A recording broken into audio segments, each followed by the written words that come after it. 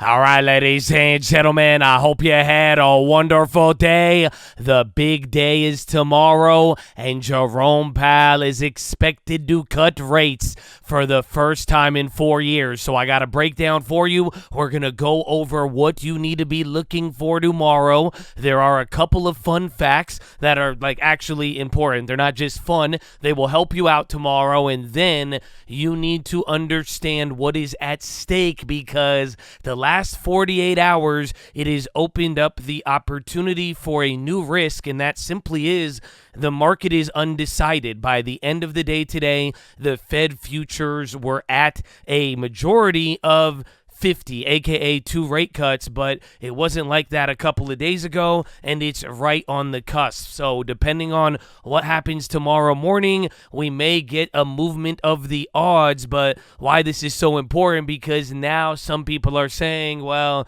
this is going to give you volatility if you get a quarter. Now some people are going to be positioned to lose, and now it's kind of increasing the pressure. So we have a ton of things. I think it is going to be very important, and it is going to have a huge future moving forward. I think a lot of things can happen after this, whether it's both the immediate effect or following. So I hope you guys are locked and loaded. We're going to go over all of that. And then I got some big plays for you. I got one really good play. I'm going to show you how to read everything, what's bullish and bearish and all that. So Chad, what I need from you, a thumbs up on the video. Make sure you're subscribed. And if you don't know, we are live Monday through Friday, 30 minutes before open, youtube.com/the stock market. We will see you there in the morning. And tomorrow for Powell, we will be streaming this live. You'll get my live commentary if I'm going to react or if anything changes, especially since we are getting a summary of economic projections. If you want that live interpretation, we'll see you there. youtube.com/the stock market. But run it, baby. Working to the couch, it's the 2020 election. Live in the hills, but still get a spread. Started with a live, but still reinvest it. Feel how I feel, then you feel like a blessing. I just want the lesson, I just want protection. I'm up and I'm down, but they sound like progression. Farmer never plans if he waits for perfection. Finger to the down. Right off the bat, we're going to save a little bit of time with the first key because I already showed you the big issue at hand. We are forecasting, or the market currently is pricing in that 2 cuts for tomorrow. You are above the 60% odds. If that holds up by the Fed meeting, then it is a guarantee that we are going to be getting those 2 rate cuts tomorrow. But depending on how we open up pre-market and how things trade, if those Fed futures, if they somehow go to 50-50, then the precedent since 1965 or whatever, it's not going to be at stake, and literally it's going to be up to Jerome Powell to decide. So a lot of people are clamoring and advocating for 50. My opinion is that 50 is really bad. I called it today, unfortunately, the kiss of Judas. I think you betray the son of the economy with a 50 basis point rate cut because every other crisis has started with the Fed opening up with 50. It was already debatable whether or not they should be cutting with 25 or cutting at all, but the fact they're going with 50, it doesn't have a good precedent. If you go look back at 2019 or even the early 90s, those mid-cycle adjustments, they always started with a quarter. So we'll see how managed Powell is tomorrow, but depending on those Fed futures, it's going to put us in an interesting spot. So watch out for that. That's the first big key. But now the second big key, I really hope by the end of this, you know how to read the bonds and also what you need to be looking for with the SEP tomorrow. So the fact of the matter is, everybody and their mother should know, even my mom, I'm pretty sure, knows that we're going to be getting rate cuts tomorrow. The market is already expecting a rate cut tomorrow and beyond that. If you really want to know what's priced in, you need to look at the bond curve and every duration, the 2-year, the 10-year, the longer end of the bond curve, even the 30-year, and depending on those rates and the dates they correlate with, it'll tell you a lot of things, and then you're going to compare that to the SEP. This is all going to let you know what is priced in. Why I'm bringing this up?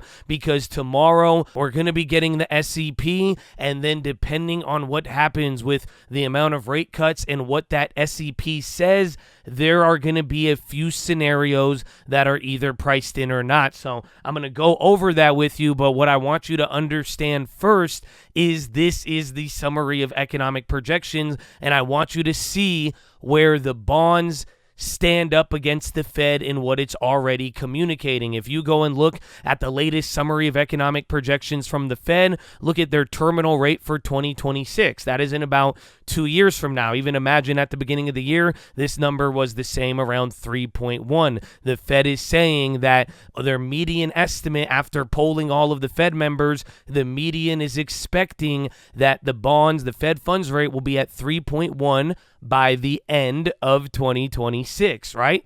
So think about where that would imply, because right now the bonds are at 5.5. So starting from tomorrow, we're at 5.25 to 5.5 to get down to 3.1. That's almost like 2%. That is at least like 8 rate cuts, give or take a little bit more. So why that's important, because go take a look. It says 10 here, but I want you to see right here, the 2-year bond, right now this is at 3.6. So if you bought a 2-year bond, what rate is this implying 2 years from now? 3.6.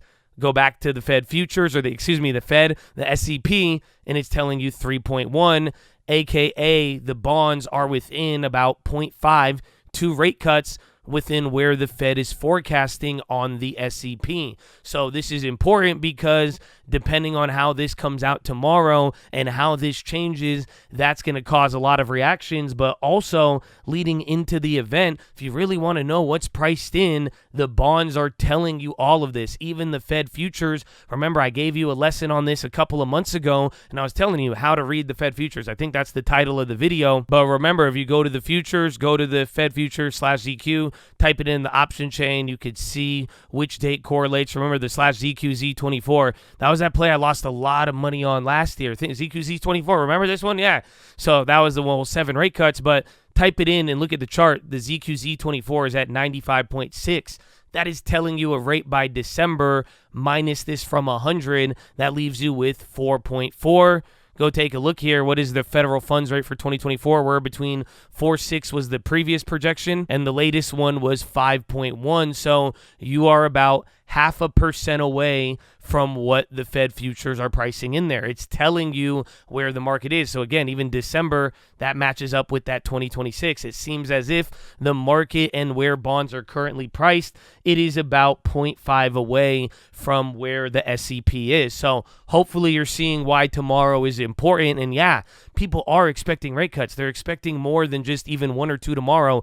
Technically, they're expecting 1% of rate cuts between now and the next 3 Fed meetings. So with 3 Fed meetings, that insinuates that at least one of them would be at least 50 or again, a double rate cut. It's very interesting, but hopefully you could see now what's going to catch people off guard or not is whether or not the Fed gives you a number that is materially different from where the market is currently pricing in. So watch out for that. That is key number 2. But now here is the breakdown for all of it. If you are looking at the SEP tomorrow, this is the first thing I'm going to be looking at. There is actually, the beauty is that we actually have more than just the SEP tomorrow. I really think it is going to be action-packed. That's why it's wild that we are pricing in only 1% for tomorrow. Remember, that's what the SPY was pricing in yesterday. We might be able to double-check that leading into the event to get a better idea, but it's very simple here. If the terminal rate on the SEP tomorrow for 2024, if it gives you a number above 5.1 saying less rate cuts by the end of this year, I think the market will take that as bearish. And for all of these, I'm going to have a breakdown because like I told you in the beginning, do I think in the mid to longer term, too big of rate cuts is negative? Yeah, it depends on where the economy goes. Right now, I'm talking about like a market reaction in the short term, depending on what we get tomorrow and how I'm going to be interpreting it. So keep that in mind. But like I'm saying here, a number above 5.1 on the terminal. And if you're not recalling, that's right here. So for 2024, right when this comes out tomorrow, I'm going to be refreshing, checking this out. If this federal funds rate projection, if this comes in higher than 5.1, that would be bearish because that was the latest one. And that would insinuate that we are getting more cuts. Actually, the number, and like I have written here, I wanted you to see it, is 5.35 or higher because think about it, every 0.25 higher on the median, that is going to insinuate one more extra cut or lack of cuts there by the end of the year. If you get a number below 4.6, which was lower than the March projection, that would mean it's the most bullish that we've been here, I think, all year.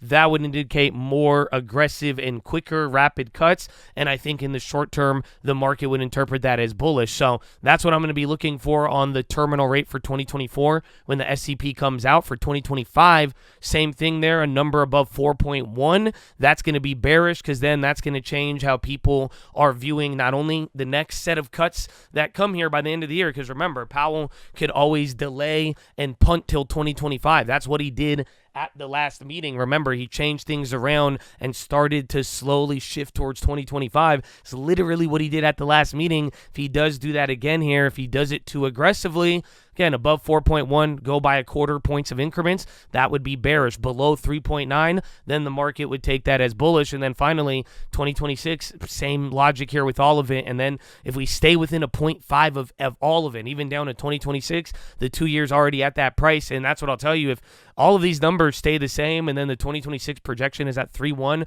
and we get one rate cut or two rate cuts, and then the terminal doesn't change drastically, then honestly, then maybe the reaction will be muted. And that's the whole point. This is why I'm giving you this breakdown, because if these numbers change a lot and by more than a quarter, more than 0.5, you're going to surprise the market and get a very large move. If all of these terminal numbers and again, what the Fed is outlining, if this is all within where the market and range we're already in, then yeah, maybe we move less than that 1%. So there's a big chance that tomorrow's a lot of hype, and you get very, very disappointed in the sense that it really is like a boxing match. Somebody said this today in the chat, where they're just like grappling and hugging, and then maybe tomorrow or next week we actually unlock more of the move. But if the Fed's plan isn't drastically different from where the bond curve is already pricing in, and imagine, I'm telling you all of this info and showing you what the bonds are already communicating ahead of time, so this doesn't change from what tomorrow's content of the SCP shows us, then,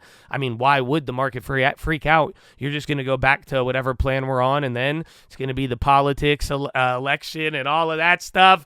So I hope you're ready, but I'm not done yet. We still got a little bit more, because beyond just that, though, there's still one more wild card, and that's what I'm saying. Tomorrow is going to be very excitement, and the wild card is the statement. So right at 2 p.m. tomorrow, the SCP comes out, the Summary of Economic Projections. That's what I've been showing you. That's going to be released right when the text, FOMC text comes out, and in that text, there is this statement, and the statement also announces whether or not they're going to be cutting rates, and then Powell, he comes on 30 minutes later, but this is why it's going to be a wild card tomorrow, because the statement still might change. Remember, there's been gradual changes in the statement, and depending on what potential changes happen in the statement, that could indicate more or less cuts, or it could kind of indicate the attitude of how they feel and if they're even worried about things, or again, the economy, a rapid deterioration, whether they feel behind, ahead of the curve, what they're worried about. The statement, it's a wild card, because anything could creep in, and that's why I'm saying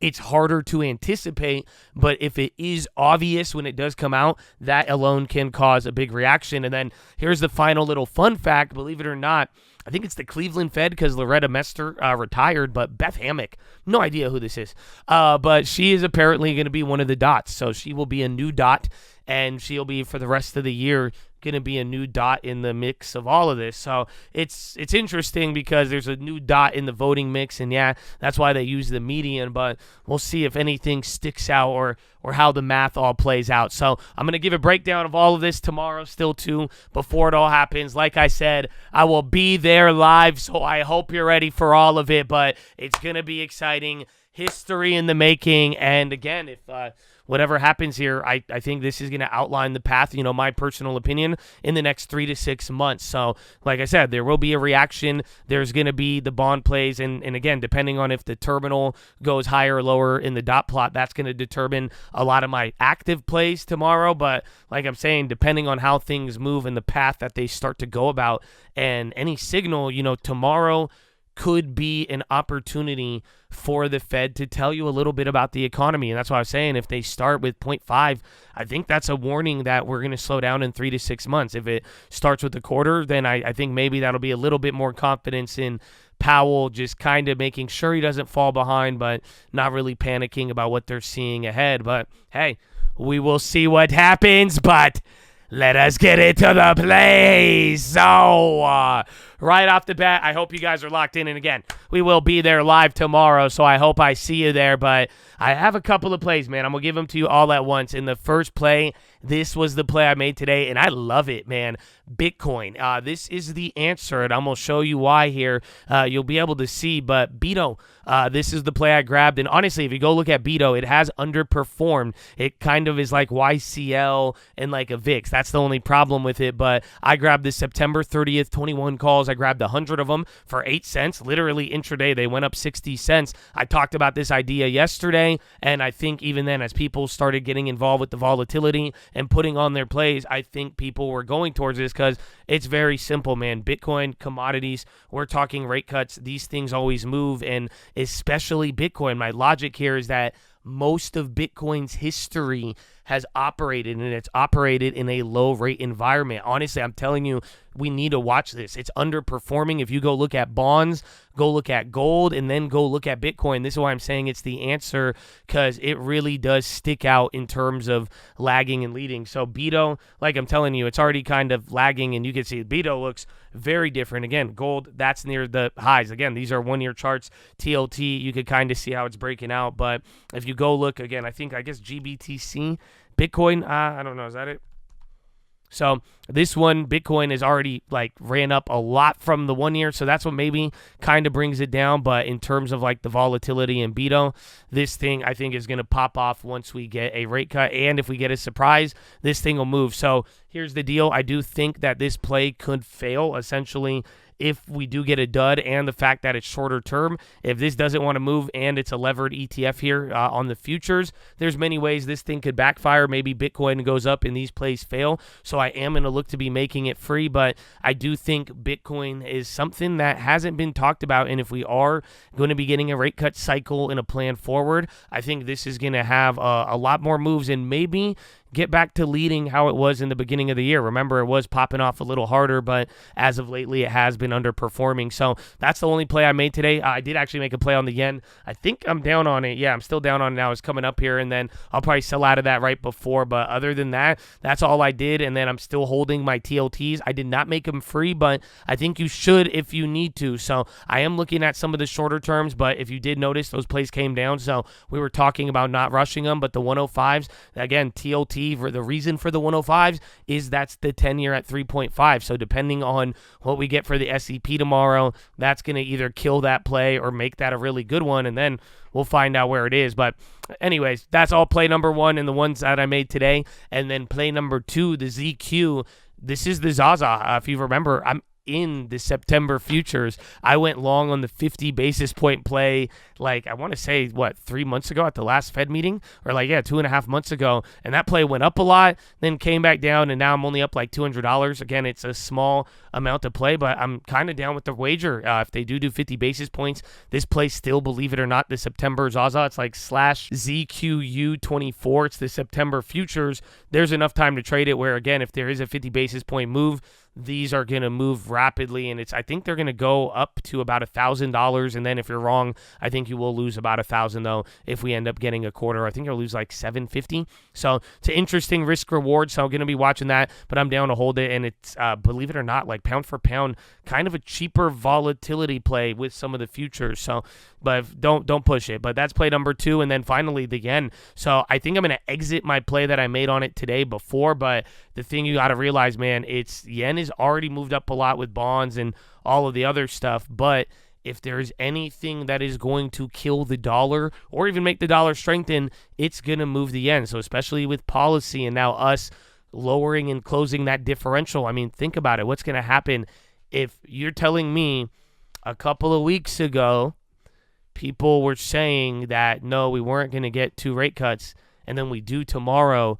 That means people might get caught off guard with the yen because that differential, the walls are going to close in a little faster than people were virtually pricing in on Thursday. So think about that there. But there's also a lot of other factors where, again, if the dollar moves, then you're going to start having more effects there. So going to watch out for it. But again, I think the yen is up a lot. So is the bond. So the risk with all of these, if you position too high, it might backfire. That's why even with the ZQ, try to play the ones near the floor. Again, having a defined risk reward, or again, the ones that have underperformed like Bitcoin. I like those ideas a lot better. So besides that, tomorrow is going to be action-packed, my friends. There's not going to be much activity. The only game in town will be Powell, but there's going to be a couple more trading days following that. And then don't forget, the worst setup to the year in terms of seasonality in September. That will begin, the buyback blackouts. And then on Thursday, you're going to get earnings. And then we should be finding out where Powell and the Fed wants to go by the end of the year. So I hope you're ready, but that is your watch list, ladies and gentlemen. Make sure hydrate healthy, ready to go. Make sure post your watch list. Make sure we see you there in the morning. I need the armor on. I need the helmet shining. And I need you to remember, you gotta believe, baby. What good is all of the talk and everything if you don't actually believe? And listen, there's nothing against using what's good. If it's good for you, use it. If it's not, abandon it and keep going, baby. But Chad, stay in the game. I hope you're ready. And man, welcome to history. And thank you for sharing it with me once again, baby. But I love you. I'll see you in the morning and horn.